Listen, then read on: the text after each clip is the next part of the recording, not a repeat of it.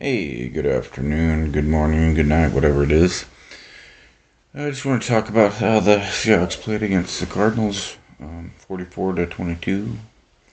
Kind of ugly second half, but it was another huge 35 to nothing start with two defensive touchdowns. Tyrese Knight forcing two fumbles, sack fumble, and recovered by twice by DeMarcus Lawrence for touchdowns. If I could speak, that'd be great. Um,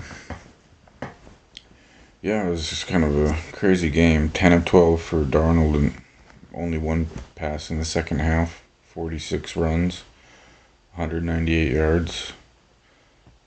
Minus the seven kneel downs for minus 6 yards. We were at about 5 yards a carry. When I was doing the math earlier, with the kneel downs, we ended up with 4.3 yards a carry. So we actually rose our um, league low 3.7 yards per carry to 3.8 in one game, and we added a lot of yards. We haven't had nearly 200 yards. We've been lucky to have 100, or we've been averaging about 103, I think, 22nd in the league, something like that.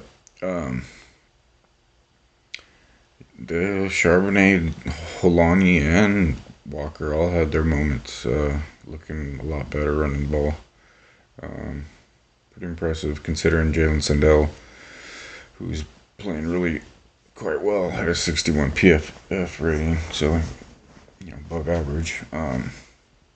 With the way they grade, I don't know. Sometimes they're weird, but he's got a knee injury that might keep him out for the next week or two. Hopefully, is all.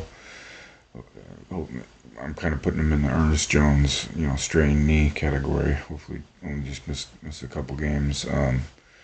And Josh Jobe also in the two game kind of thing, hopefully with concussion protocol, because we can use all those guys back. Although Drake Thomas and Tyrese Knight as a combo, with Nicky Manwari playing his kind of third linebacker, nickel corner, 6'3", 220 nickel corner, which is pretty cool, covering tight ends and Marvin Harrison, some larger receivers.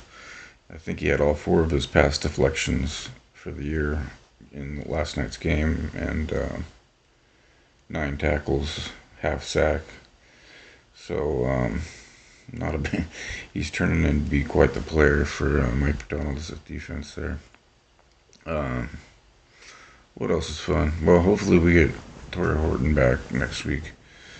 Hopefully he's not a major hurt, but Cooper Kupp had, out of his two catches, he had that huge catch down the sideline, took it almost to the house, and of course Jackson Smith did his thing. Funny enough, the Rashid Shaheed had only one catch for 3 yards, but he had two carries for 20. One on a 10-yard reverse, and one straight out of the backfield as a back for 10 yards. Blew my mind. That was pretty cool. Pretty interesting. I mean, one trick play that I can live with, the one Jalen Milroe coming in to fumble it out of bounds behind Kenneth Walker. Not one of my favorite plays, or Cooper Kupp's infamous roll out and throw the interception right to the guy. I'm glad we're getting rid of those kind of plays. Yeah, we just solid win. Defense, everything. Special teams.